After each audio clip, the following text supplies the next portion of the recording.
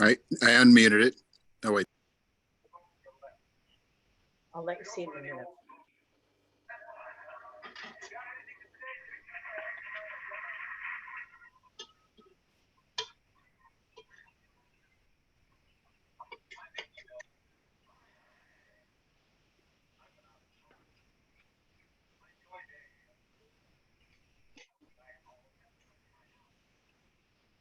Thank you for joining Jewish National Fund for Naftali Aklum, the true story behind Netflix's The Red Sea Diving Resort. This program is the fourth in a series of fun, educational, Positively Israel online programming opportunities for college students. My name is Sarah Benish, and I am proud to serve as the Jewish National Fund Campus Fellow at Brooklyn College. I am a senior studying psychology with a minor in business marketing. I previously served as a fellow for Stand With Us and am active with the Tanger Hillel, United for Israel, Zionist Organization of America, and Brooklyn College EMS. I was born and raised in Brooklyn, New York, where I have 3 younger siblings. This evening's Positively Israel program is presented by JNF on campus, Tanger Hillel at Brooklyn College, United for Israel, and Brooklyn College African Student Union. Before my Brooklyn College classmate Tene, the president of the African Student Union, introduces our speaker, I will mention a few opportunities to help deepen your connection to Israel. I invite you to join me on Jewish National Fund Alternative Break to Israel. Many of us love Israel and can't wait to go back there, and we have a great opportunity for everyone who would love to volunteer to get your hands a little bit dirty with some meaningful community projects and experiences and a beautiful Shabbat in Jerusalem. The trip is open to young adults ages 18 to 24. Round-trip airfare from New York City and San Francisco to Israel, meals and accommodations are included. Participants are responsible for raising a minimum of $1,150 from at least 5 different donors. Join me in Israel next summer by registering today. We have a link. It is jnf.org/break. It's pretty simple. Jewish National Fund also operates a Caravan for Democracy student leadership mission to Israel. It's a 10-day full subsidized educational program to Israel for college leaders beyond the Jewish faith who have never been there. This unique mission provides students with the opportunity to explore and leaders from diverse backgrounds and faiths. The goal of the caravan is to facilitate constructive dialogue about Israel and the Middle East on college campuses across America. Applications for the December 2020 mission will be online in January at jnf.org/caravan. The next Positively Israel program will be November 19th at 11 a.m., coming pretty soon. The program is titled Sustainable Nation, a screening and discussion on water solutions with Dr. Clive Lipchin. This Jewish National Fund program will be in partnership with JNF Faculty Fellowship, the Georgia Institute of Technology chapter of Engineers Without Borders, Chabad of Georgia Tech, Wish for Wash, and Northeastern Hillel. Upon registration, participants will receive an exclusive link and password to watch the award-winning hour-long documentary, Sustainable Nation. You could bring your friends and register for the Clive Lipchin program at jnf.org/sustainable nation. Pretty simple. We have great links. All you got to do is click them. United for Israel and Brooklyn College, lastly, invites you to join the Mizrahi Leadership Panel, Mizrahi cooking classes, and our annual toy drive for the kids in a homeless shelter. For more information and registration, we have a really easy link we could go to. It's instagram.com/United for Israel. Now my classmate Tene will introduce our great speaker, Mr. Aklum. Hello, Thank everyone. you.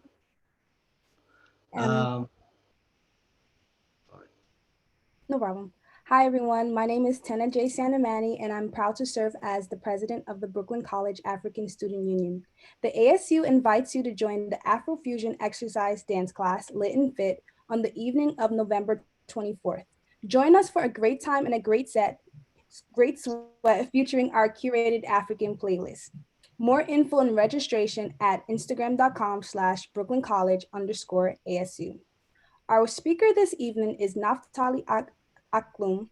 Naftali was born in Ethiopia in 1979, the youngest of 12 siblings. His parents were among the first to make Aliyah immigration to Israel via Sudan. His brother, Ferede, the first Ethiopian Jew to make the journey to Jerusalem via Sudan, wrote a letter requesting assistance to make Aliyah, which found its way to Prime Minister Menachem Begin. This set in motion the remarkable secret operation known as Operation Moses. Over 8,000 of 12,000 Ethiopian Jews successfully reached Jerusalem after 2,500 years of yearning. The story of this journey has been made into a film titled The Red Sea Dive-In Resort. At the conclusion of Naftali's remarks, there will be time for questions from the audience. If you have a question, please type it in the chat function.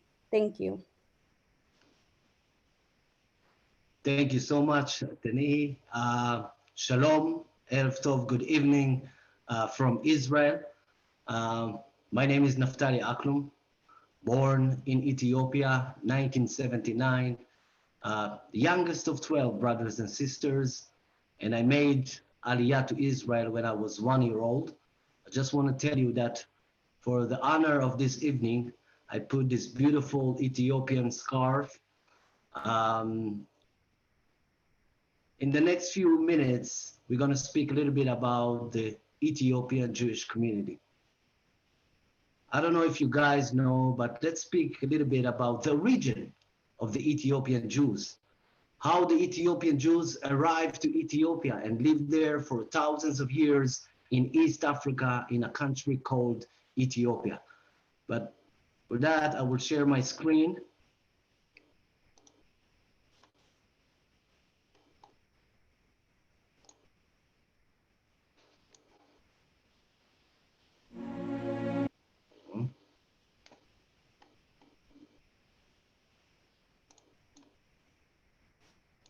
Okay, so Jews of Ethiopia, the Beta Israel community. One of the versions of how the Ethiopian Jews arrived to Ethiopia, it's the very well-known version of King Solomon and Queen Sheba. King Solomon was the wisest man on earth, and all the kings and the queens in his time wanted to come to this area to have advice from him, to learn from him. Queen Sheba used to control the countries that we know today, Ethiopia, Eritrea, Yemen, Sudan, all this area used to call ancient Kush. And Queen Sheba was the queen of that area. Queen Sheba also heard about King Solomon. She came here, they fell in love, and they brought a son to the world. His name was the Menelik I. When Menelik arrived to the age of 14, he told his mother, I want to know my father more. So he came here. He spent few weeks with his father, King Solomon, and after a few weeks, his father told him, you have to go back to Kush. You have to go back to Ethiopia. King Solomon didn't send his son alone. He sent thousands of people back with him to Ethiopia. And some believe that we, the Ethiopian Jews, came out from the thousands of people that King Solomon sent back with his son, Menelik. That's the first version. The second version is after the destruction of the first temple, when King Nebuchadnezzar came and conquered this area. We had all the 12 tribes here. One tribe decided to escape to the south, to Egypt. Now they walked through the Blue Nile River until they ended up in Ethiopia. And we are speaking about the tribe of Dan. We, the Ethiopian Jews, believe more to the second version, the version of the tribe of Dan. Now, we are speaking about ancient community that for thousands of years thought that they are the only Jews left in the world. Why? Because we were isolated. We didn't have no relationship to any other Jewish community in the world. Even though it was very hard, we kept Judaism sometimes with our life, because we always knew that if we will not keep Judaism, if we will do what the kings and the queens in Ethiopia wanted us to do, which is to convert to Christianity, Judaism will disappear. Because again, we thought that we are the only Jews left. This is why, by the way, we, the Ethiopian Jews, had only the written Torah. We never had the oral Torah. We left after the destruction of the first temple. The oral Torah came few years after that.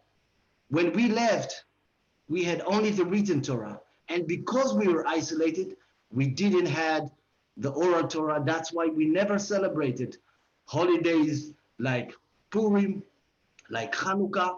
We celebrated Sukkot, Pesach, and Shavuot, holidays from the written Torah. And if we are speaking about holidays, we, the Ethiopian Jews, are going to celebrate this coming Monday a unique holiday only for the Ethiopian Jews. We are going to celebrate the Sigd. The Sigd is a holiday that in Ethiopia, we used to celebrate 50 days after Yom Kippur.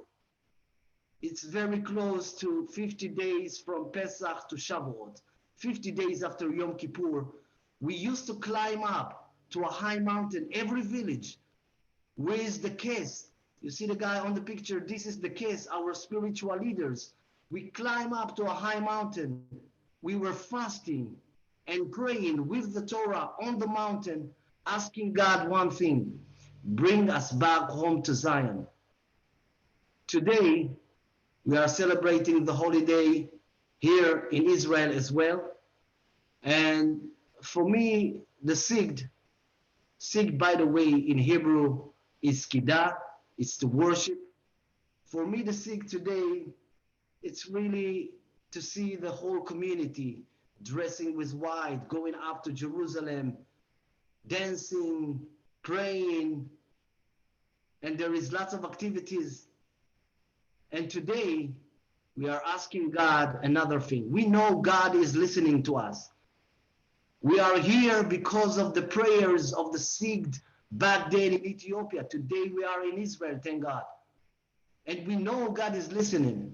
Today, everyone comes with his own prayer and asking God something different. But as a community, we are asking God to bring peace to its people. In Ethiopia, I believe you guys are very familiar with the name,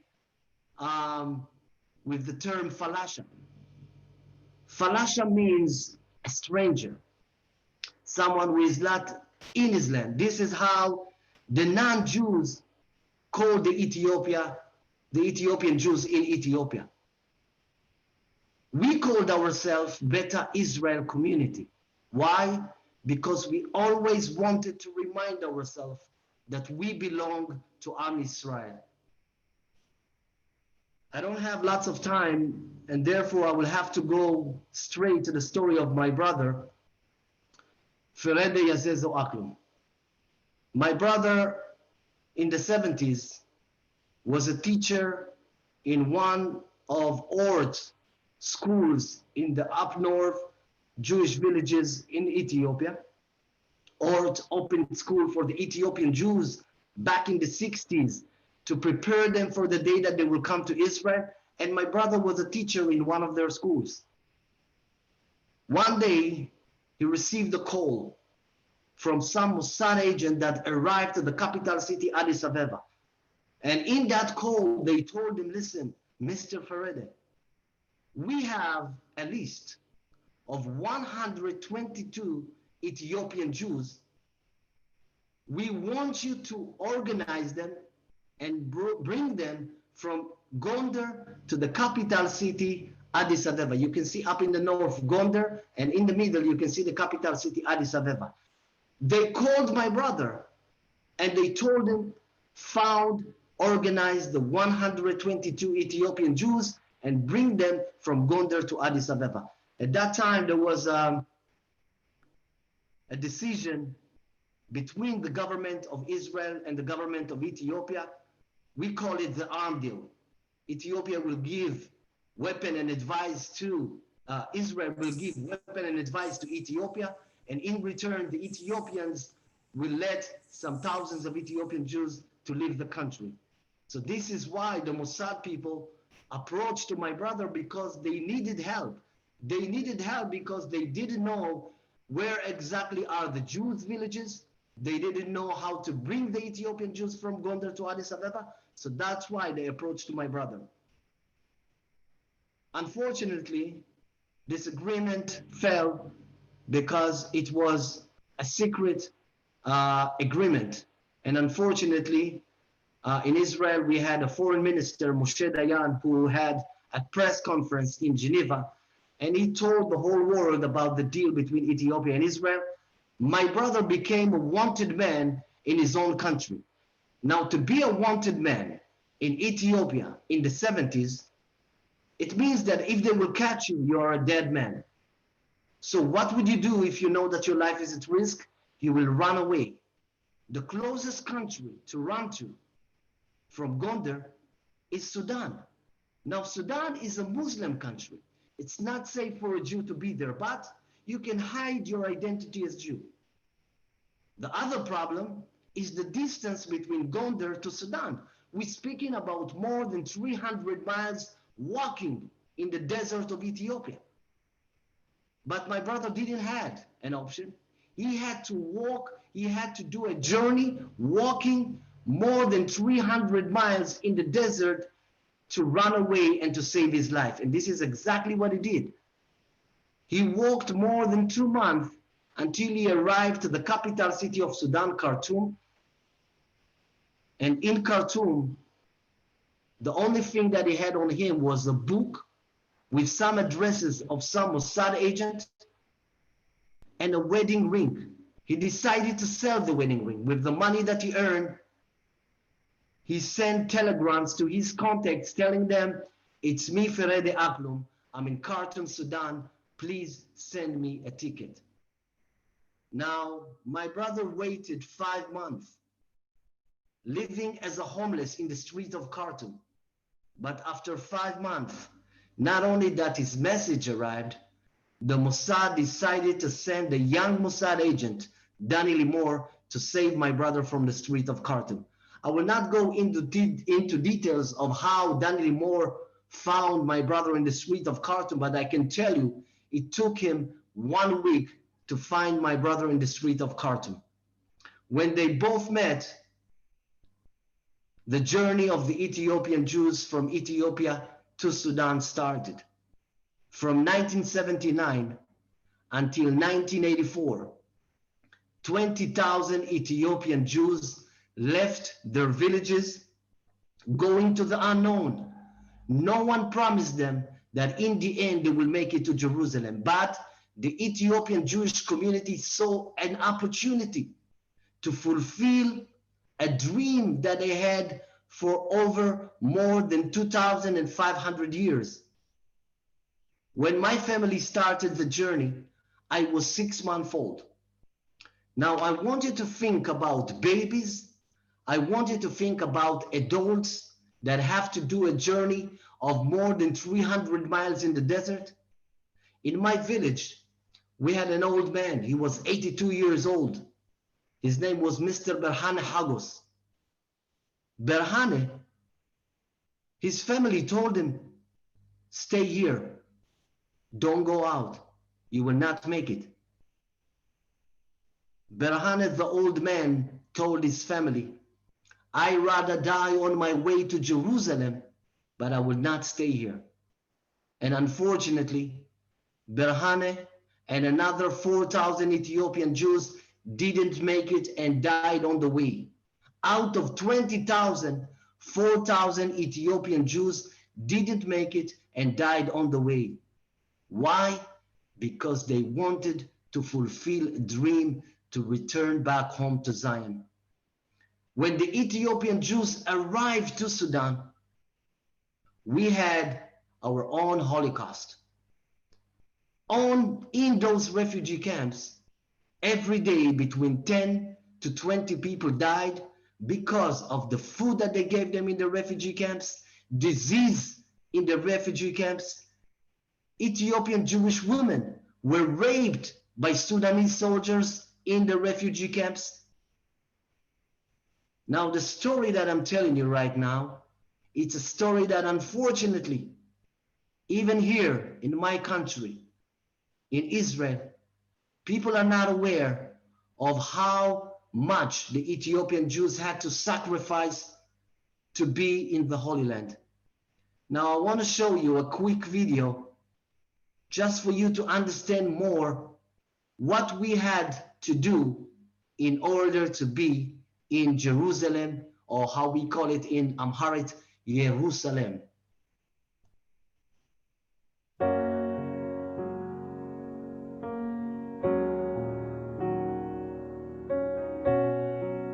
אני כותב את המכתב הזה לאנשים שלעולם לא יקראו אותו. זהו ניסיון נואש לעורר את זכרם שנשכח בתוך ים של זיכרונות עצובים בארץ מוכת האסונות הזו. הפסימיים יטענו שאני מעורר מתים, הציניקנים יצהלו שאני מגזים, אבל אני חרד שאתם תשכחו מבלי שאף אדם ישים לב. אתם לא 100 ולא 200, אלא 4,000 איש ואישה, זקנים וטף, שהאמינו שמקומם כאן. ניסיתם להגשים את חלומכם ויצאתם למסע רגלי מפרך, דרך ג'ונגלים סבוכים, נהרות גויים ומדבריות אימתניים, שבהם רוצחים ואנסים מטילי אימה וחסרי לב. אבל נשארתם שם, במרחב האינסופי, קבורים בתוך אדמה זרה בקבר לא מסומן. לא מעט מכם מבלי שאיש הניח עפר על גופותיכם. אך למרות הסכנות, המשכתם לצאת בהמוניכם למסע שכמדומני לא היה כמותו מאז יציאת מצרים. צעדתם בלילות ובימים והגעתם אל סודן הארורה.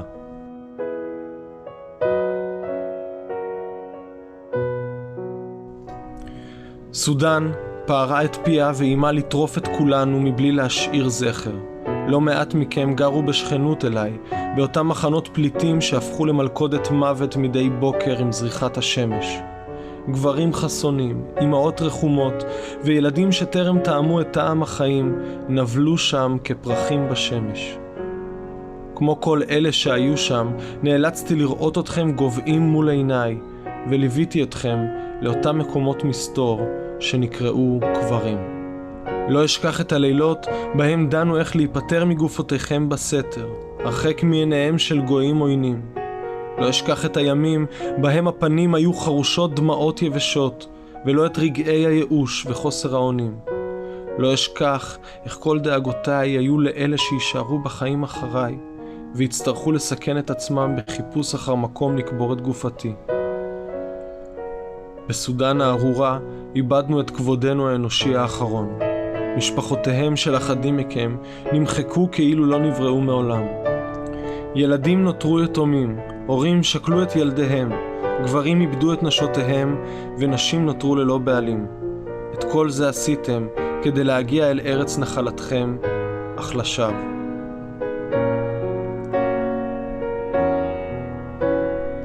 בארץ שחלמתם לחיות בה, האנשים חיים בקצב מסחרר, והזיכרון שלהם קצר מאוד. אנשים שאפילו לא זוכרים את המלחמה של הקיץ האחרון, ובוודאי שאין להם זמן לזיכרון העבר. ואני חרד שזיכרונכם יישאר נחלת מעטים, ויתפוגג לו בחלוף הדור שחווה את המסע על בשרו.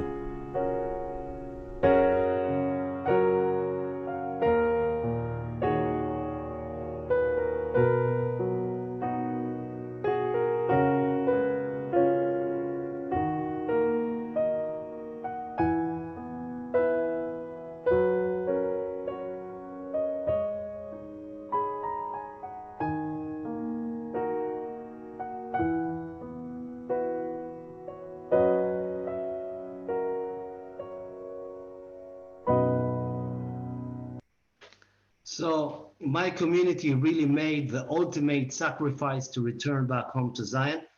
I arrived to Israel when I was 1 year old. One of the first cities that received the Ethiopian Jews was my city down in the south, Beersheba. And to grow up here was not easy. I remember when I was a kid, the neighborhood that I grew up was a neighborhood that had maybe 90% Ethiopian Jews. I don't know who had the same amount, 90% Ethiopian Jews. Which means when you wake up in the morning, you go to school, and from school you go back to your home, all you see is your community.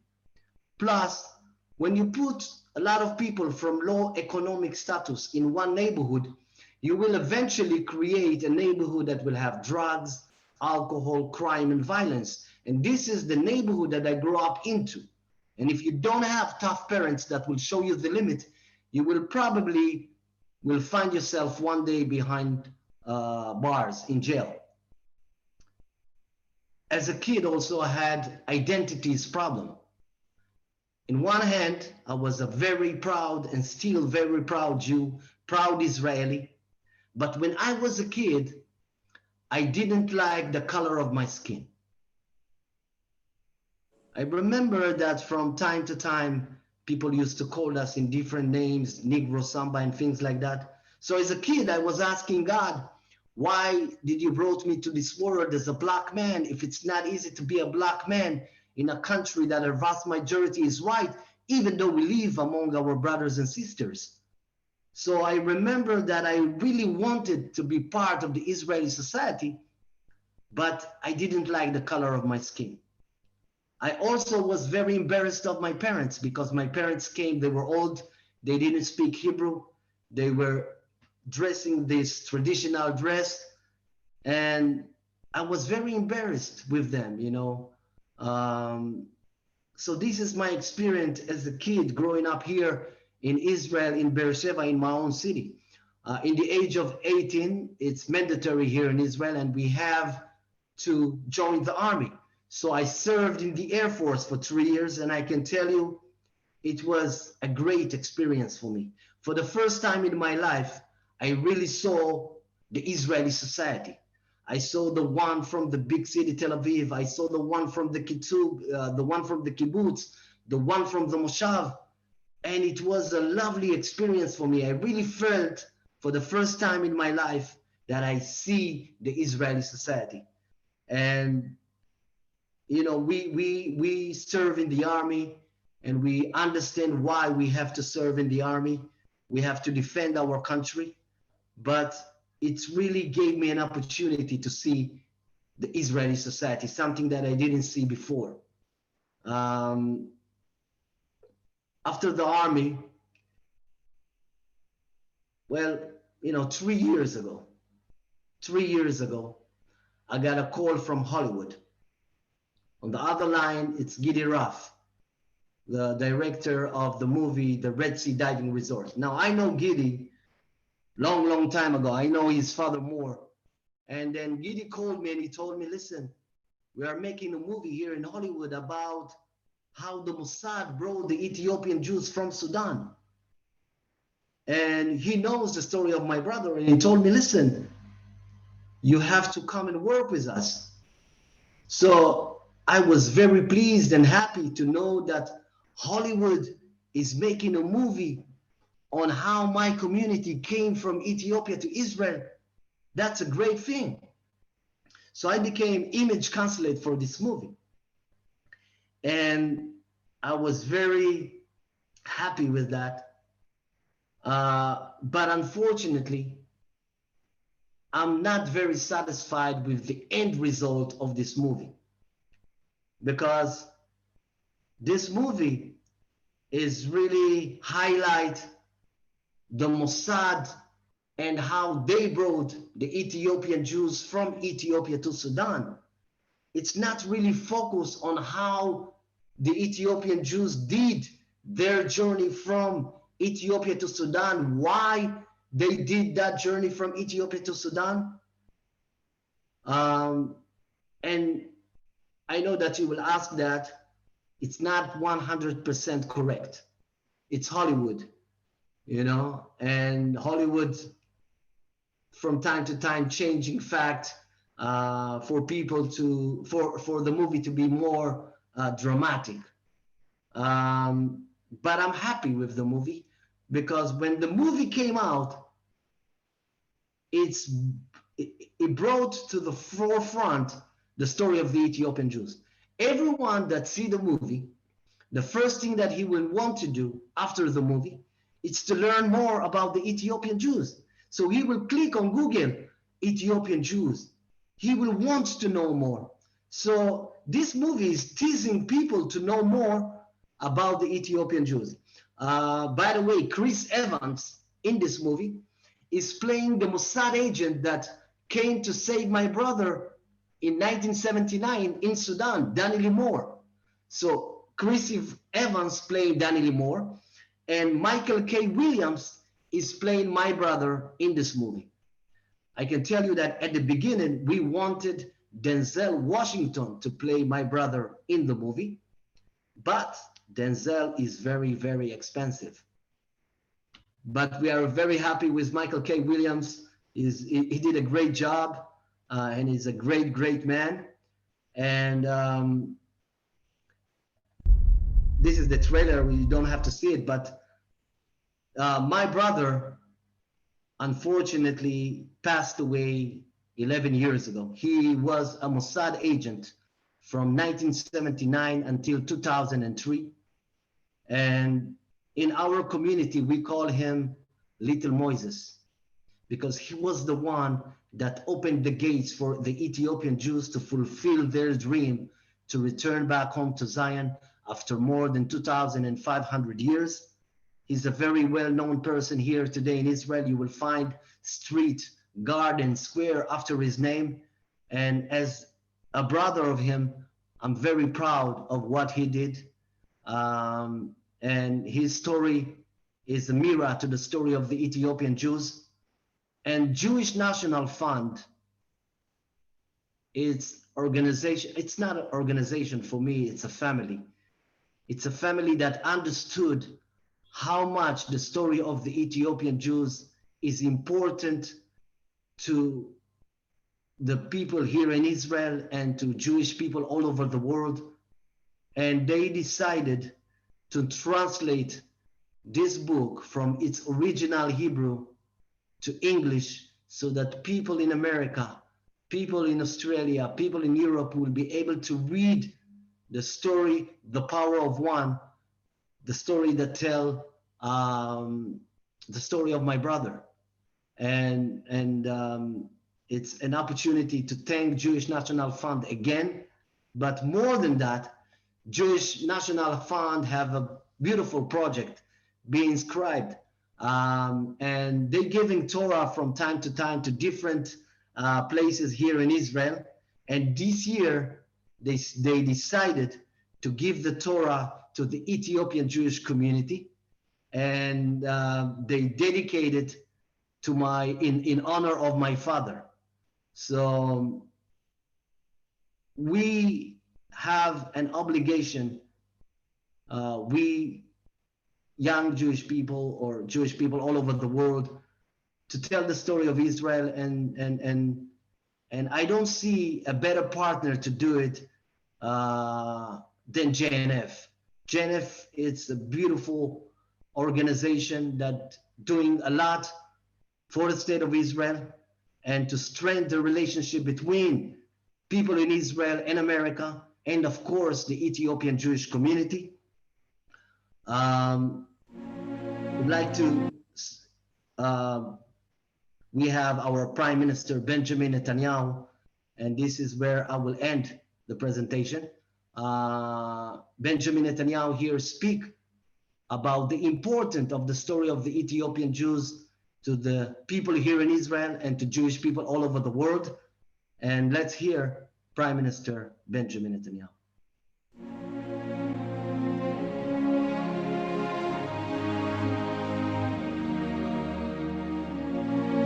משפחת אקלום היקרה, אזרחים ואזרחות נכבדים.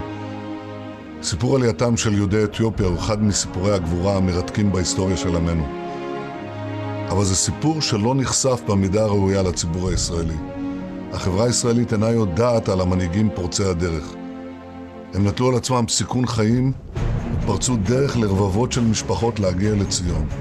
הם יצאו באישון לילה, לעתים עם צרור מטלטלים קטן, צעדו בלילות, מרחק של מאות קילומטרים, תוך התמודדות עם כל הקשיים שבדרך. הקושי הפיזי, ההליכה אל הלא נודע, התקפות של שודדים, רוצחים אפילו, צמא, רעב, מחלות. בני משפחות רבות לא עמדו במאמץ ומתו בדרך. צריך רצון מברזל, חלום וכמיהה לירושלים כדי להתמודד עם כל האתגרים הללו. היה לכם את זה. הייתה לכם כמיהה עתיקת יומין לאורך דורות לציון, כמיהה שדחפה את המשפחות למסע המיוחד הזה. עד היום כמעט לא דובר ולא סופר סיפור הגבורה הזה. אבל כעת יש הזדמנות לתקן. כעת יש הזדמנות להביא את סיפור עליית יהודי אתיופיה כחלק מפסיפס סיפורי העלייה של יהודים מכל חלקי תבל. ללא הסיפור שלכם, מארג ההיסטוריה שלנו חסר. אני רוצה למלא את החסר הזה. אני מבקש להודות ליוזמי הכנס על ההזדמנות להביא לקדמת השיח הציבורי את סיפור הגבורה יוצא הדופן של פרדה יזזו אקלום, זיכרונו לברכה. פרדה היה חלוץ שפרץ יחד עם אנשי המוסד את הנתיב לעלייתם של יהודי אתיופיה לישראל דרך סודאן. בעקבותיו באו עוד רבים. כל אחד תרם כמידת יכולתו, אבל המשותף לכולם היה שהם התעלו מעבר לאינטרסים המשפחתיים או האישיים הצרים וסייעו לקהילה כולה. נתינה שכזו, אומץ לב שכזה, אלה ראויים שיהיו מודל לחיקוי לדור הבא של מדינת ישראל. ברכותיי לכם וכולכם.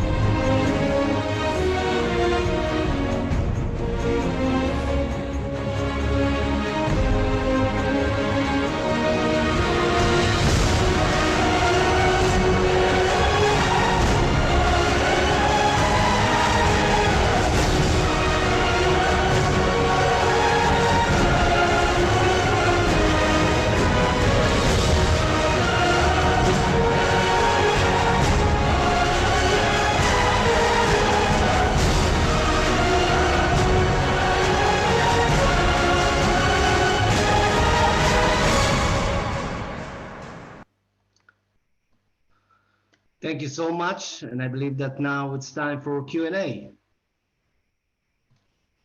Thank you, Naftali. It was amazing. We have a couple of questions. So question number one. So we have a question that says, tell us about the Yerus project and how many communities you've shared your story with. Do Ethiopian Jews accept the Talmud? That's question number one. Okay, so Yerus project is a project that I opened about 3 years ago. I come to a conclusion that the Israeli society doesn't know the story of the Ethiopian Jews.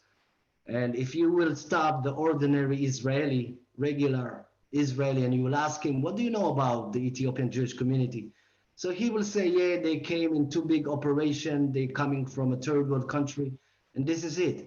Unfortunately, in schools, they don't teach the story of the Ethiopian Jews.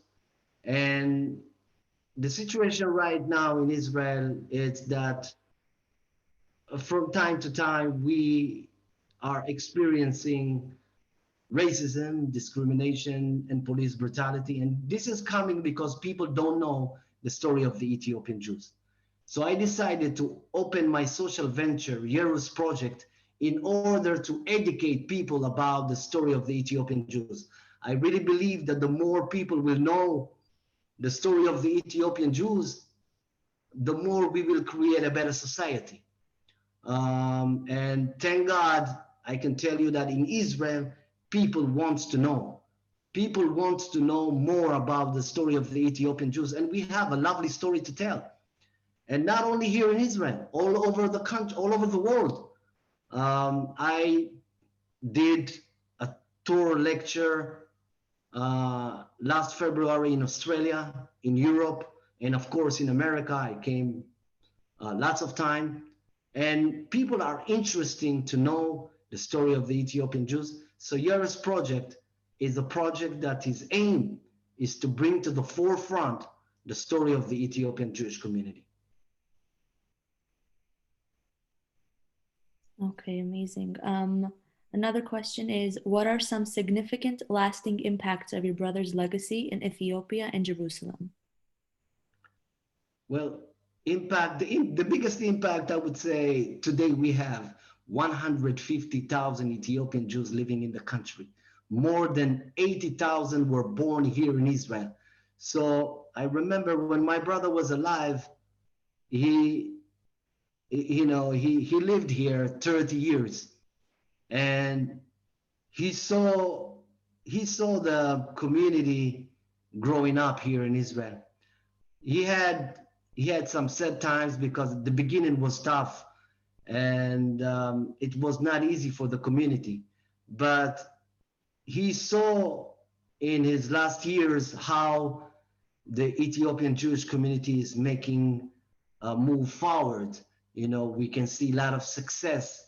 We can see Knesset members, we can see doctors, we can see people that study in universities. So when he saw that, it put a smile on his face, because it's not only to bring them, but when they are here, to make sure that they are okay and they becoming part of the Israeli society. So unfortunately, he passed away too early. He passed away in the age of 60. But I believe that in the last years of his life, he was happy with the things that he saw. Wow. Okay. How did you overcome your insecurities with the race in the community, or in general? Overcome the race issue. Insecurities with the race, yes. Okay, so I told on the presentation that when I was a kid, I didn't like the color of my skin, right? And in the age of 30, I did something that changed my life. I went back for the first time to a roots trip back to Ethiopia. And that roots trip changed my life, because for the first time, I'm going back to Africa. I'm going back to the country that I was born. And I saw a beautiful country with beautiful people and beautiful culture. I went back to the village that I was born. I met friends of my family. They told me about the Jewish community that used to live there. From that trip, I came back a different person. I came back even more proud Jew, because to be in that place and to see how your father and mother kept Judaism up north in Ethiopia, you become even more proud Jew. I became more proud Israeli, because you see the situation in Ethiopia and you understand in what country you live in, then you are proud to be Israeli. But not less important than that, I became a black and proud man. Black is beautiful. And when you have all those little identities within you and you make one good identity that you are proud of, then whenever you see someone who is racist, you feel sorry for him, because you know who you are. You know, and you are proud to be Israeli, you are proud to be Jew, and you are proud to be a black man. This is me. And people will see you the way you see yourself. And when you see yourself and you're proud of who you are, then it doesn't matter if you see from time to time a racist person. You really feel sorry for him, you know? And my answer to those people, it's not to fight with them, it's to show them love, because no one can fight against love, you know? So, and I come to that conclusion only when I accepted myself the way I am, you know? Amazing. Wow. Kol hakavod. How does your story of the journey through Sudan fit in with the story of Operation Solomon, when an American rabbi was able to work with the U.S. Department of State to fly Ethiopian Jews from Addis Ababa to Tel Aviv? So Operation Solomon I think I was 11 years old when Operation Solomon started. And I remember on the news that 14,000 Ethiopian Jews are coming in less than 3 days to Israel. Before Operation Solomon, when we walked here in the country or travel in the country, it was very hard to find an Ethiopian Jew. You have to really search. But when our brothers and sisters came in Operation Solomon, we're speaking about more than 14,000 Ethiopian Jews. One of the biggest operations of the state of Israel that she's ever did. And when they came, it became very easy to find an Ethiopian Jew here in Israel. But I remember as a kid as well, going with my parents to demonstrate so that the government will bring as soon as possible our brothers and sisters. So I believe that we came in the 80s and we didn't really think about ourselves only. We remember those who stayed in Ethiopia. And as a kid, going with my parents to Jerusalem to demonstrate and to bring and to put pressure on the government so that our brothers and sisters will come. And what the government did, what a beautiful, beautiful operation. In less than 3 days, to bring more than 14,000 Ethiopian Jews, one of the biggest operation that the government of Israel did. Wow, thank you so much, Naftali, for sharing about the Ethiopian Jewish community. It was amazing. You're just an amazing person inside and out. I'm proud to call you my friend.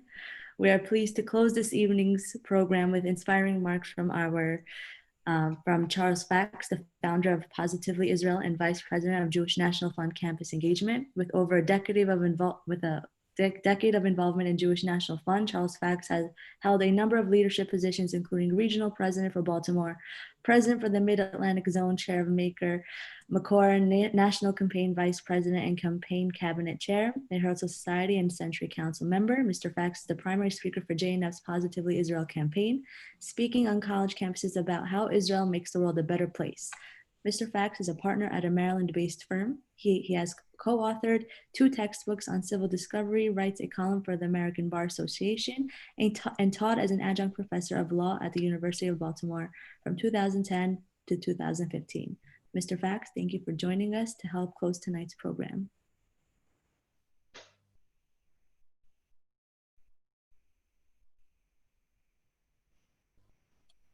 Mute myself. Thank you, Sarah. It's a pleasure and an honor to be here this evening, and thanks for asking me to say a few words about Positively Israel. In the Arava, in the Negev in Israel, right near the Jordanian border, there's a kibbutz Keturah. And on kibbutz Keturah is a school called the Arava Institute for Environmental Studies. At that school, Jordanian students, Palestinian students, Israeli Arab students, Israeli Jewish students, American students, and students from other countries study together in a graduate level program on environmental studies focused on the sub-Saharan region of the country, of the world, and how to make it better. Why am I telling you this? These students, when they graduate from the program, which is affiliated with Ben Gurion University, they go back to their countries of origin, but they maintain their contacts with Israel, with the Arava Institute, and with their fellow students. What's important about this is that not a lot of people know about it. Not a lot of people appreciate that Israel is embracing, welcoming students from Arab countries, inviting them to study in Israel, and then encouraging them to go back to their countries of origin and make those countries better places. Not far from the Arava Institute is another school in the town of Sapir, Israel, called ACAT, the Arava International Center for Agricultural Training. And there, students from the Arab world study agriculture and then go back to their countries of origin. Not just the Arab world. These are students from Cambodia, East Timor, Fiji, Indonesia, Laos, Myanmar, Nepal, Thailand, Vietnam. The list goes on and on. Nobody knows about this program either unless you're involved in it. There are so many ways in which Israel helps make the world a better place. And very few people know about that. About 10 years ago, the CEO of JNF, Russell Robinson, and I came up with a program which we called Positively Israel. And here's what our thinking was. There are 2 ways of combating BDS, boycott, divestment, and sanctions. There are 2 ways of doing it. One way is to debate. They say debate their lies. And there are people who do that effectively. But there's another way to do it, and that is to tell the story of how Israel makes the world a better place through programs like ACAT and the Arava Institute, through medical programs that hand out medical technology for free to Arab countries and third world countries. Not just medical technology, water technology, sub-Saharan studies, agricultural studies, afforestation, desertification, how to prevent the land from becoming a desert.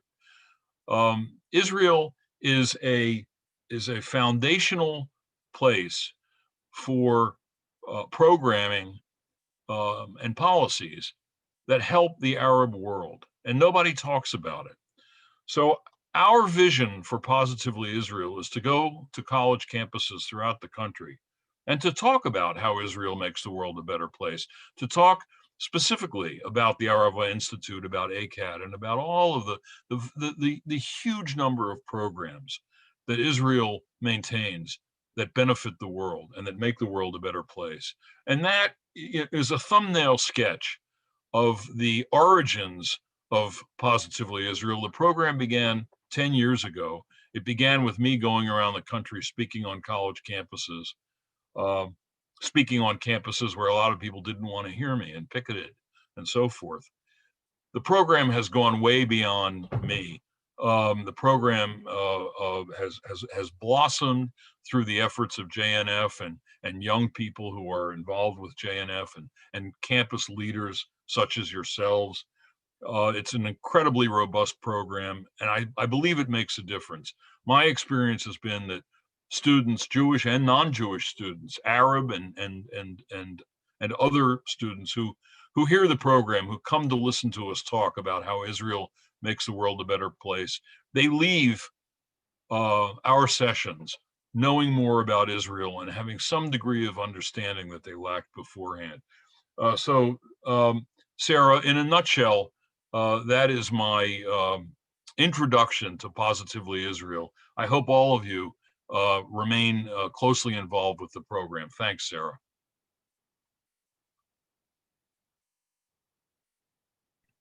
Thank you very much.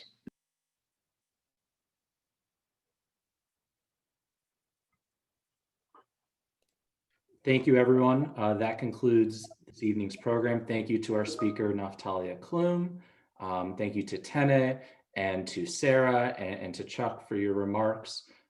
Again, for more information, please visit jnf.org to learn more. And with that, have a good evening. Thanks, everyone.